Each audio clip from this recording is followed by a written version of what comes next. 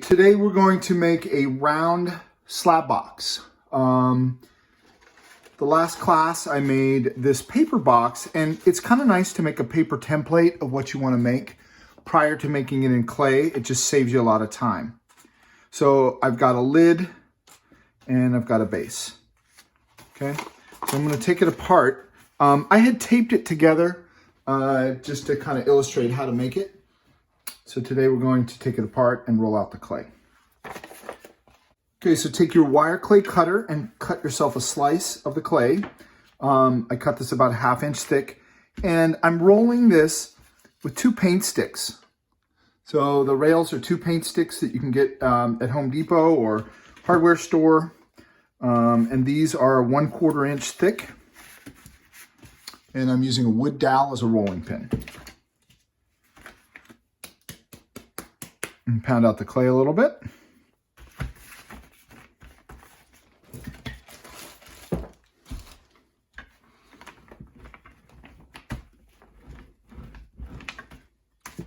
Roll out the clay. I have, this happens to be on white paper so you can see it, but you can roll it out on newspaper. You can roll it out on a wood board, works really nicely.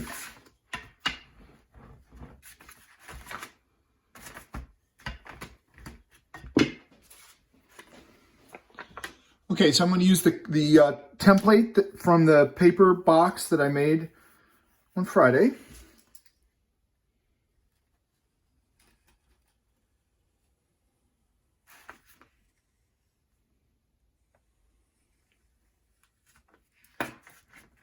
Okay, I've cut out that as the base.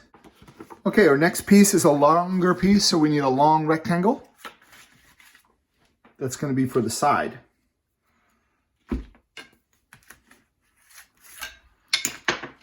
Okay, so I'm going to take my clay, and you can wedge it out, you can roll it out.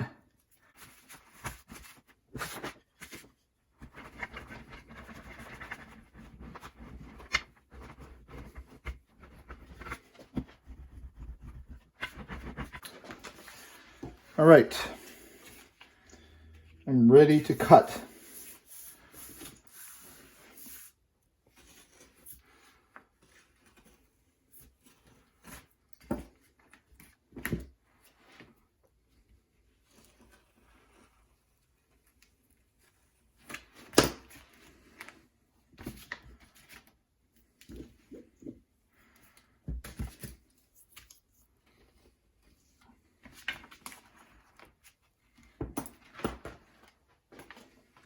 Okay, there's my slab number 2.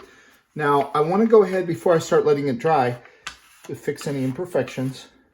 I don't like the way that looks. Fix that now.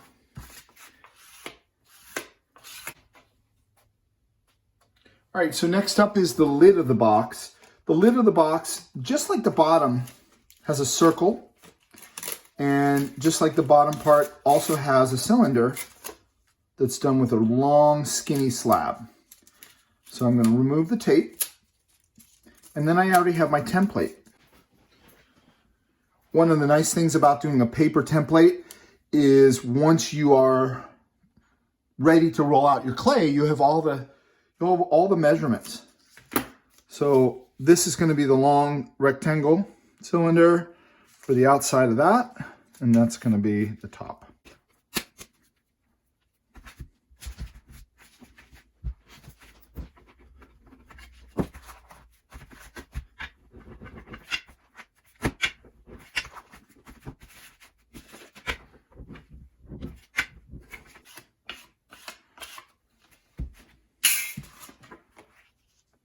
My template, so I'm going to go ahead and cut out the slab with a feathering knife.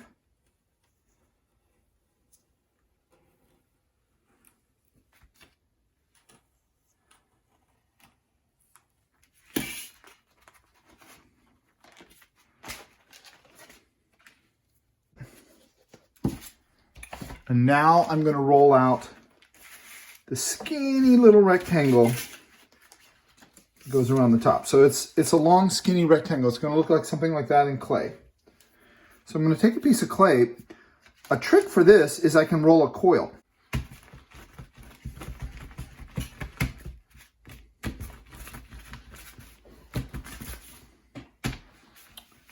Okay, so I rolled a coil, and now I'm going to flatten my coil. Because basically I just want to stretch it out, something like that.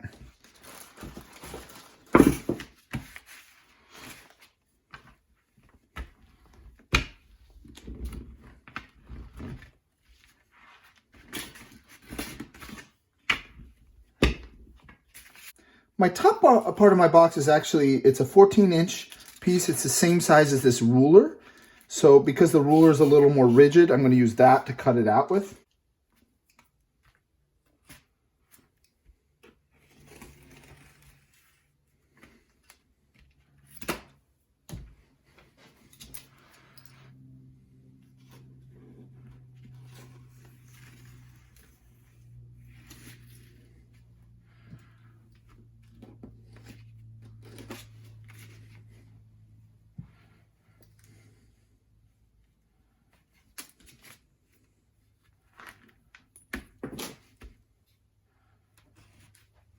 Okay, so there's the top of my box. Now something interesting, when clay is pretty thin like this, it's actually a little more advantageous, I think, to go ahead and assemble it now. So unlike the bottom of the box that I'm going to let dry, this one I'm going to go ahead and slip and score this together. I'm going to use some slip. This is clay and water. Now, the clay is really, really wet because I just rolled it out. For the bottom part of the box, it's going to be much more stiff. And if I try to put that one together, because it's so tall, it'll be deformed. So what I want to do is wait on the bottom. Because it's so soft, I barely have to score it. When the clay's a little firmer, you'll see with the bottom, I'm going to have to make a little bit deeper indentation. The drier the clay, the more you have to activate that point of contact.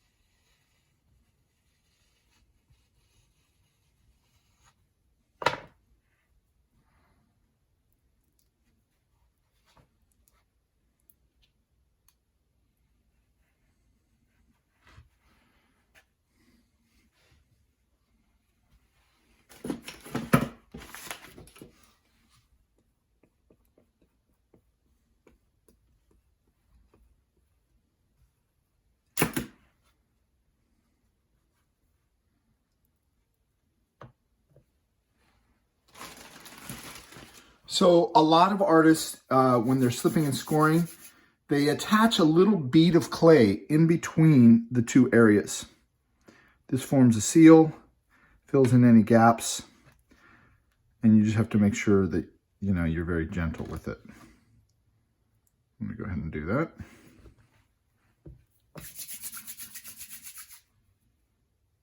Just this thin little coil that goes all the way around.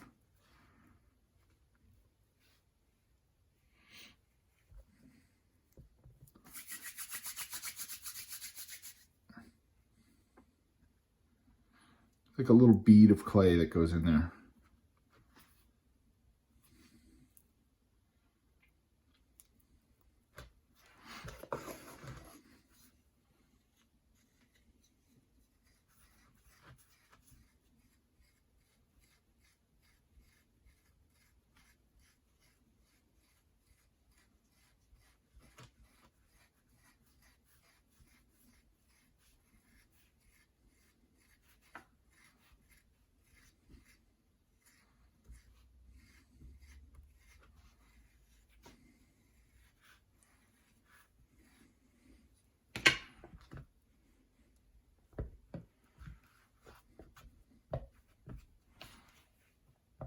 Straighten it out from the top. This time I'm going to use a metal scraper.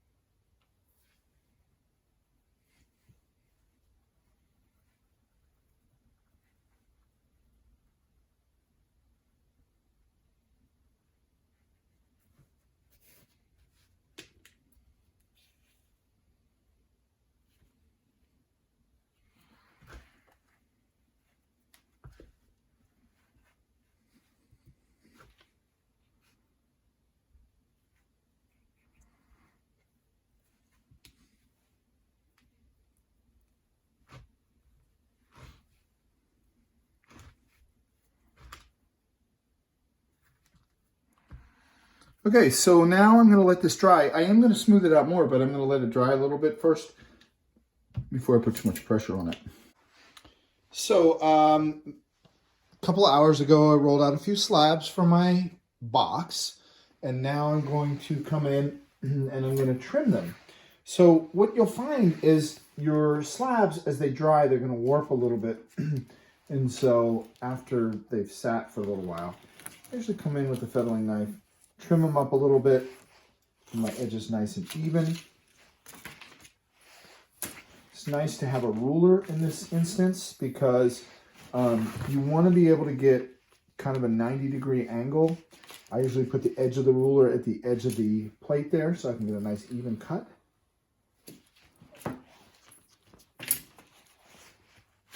And I notice on the top of mine, I've got a little wonky edge, so this is a good chance to get rid of that. So I'm going to line it up real nice, and then I'm going to get rid of anything that I really don't like in terms of that edge. It'll be about a 1/4 inch thinner than my other one, but that's okay. And the clay is dried quite a bit, but it is still malleable, it's still moldable, and I'm still able to curve it. And what I'm trying to do is create that cylinder. So I'm going to start by doing that. And then what I'm going to do here is I'm going to slip and score it. And then I'm going to slip and score it to the base as well.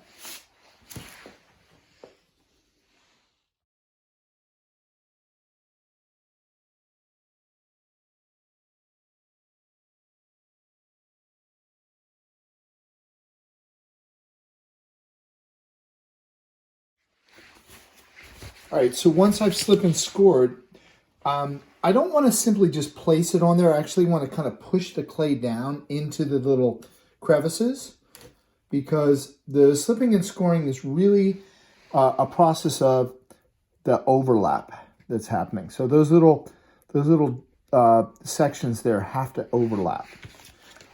Something that's very helpful is to use a rib, but I want to have a hand on the inside because I kind of push out from the inside as I push and smooth it. As for my lid, I made my lid separate, but I know that my lid is bigger than the box. So I want to check that because if it doesn't quite fit in, I got to make that adjustment now. Okay, and that's all I'm going to do for today. When I come in next time, we'll do some handles, we'll do some decorative stuff. But we have a form, and that's the first step.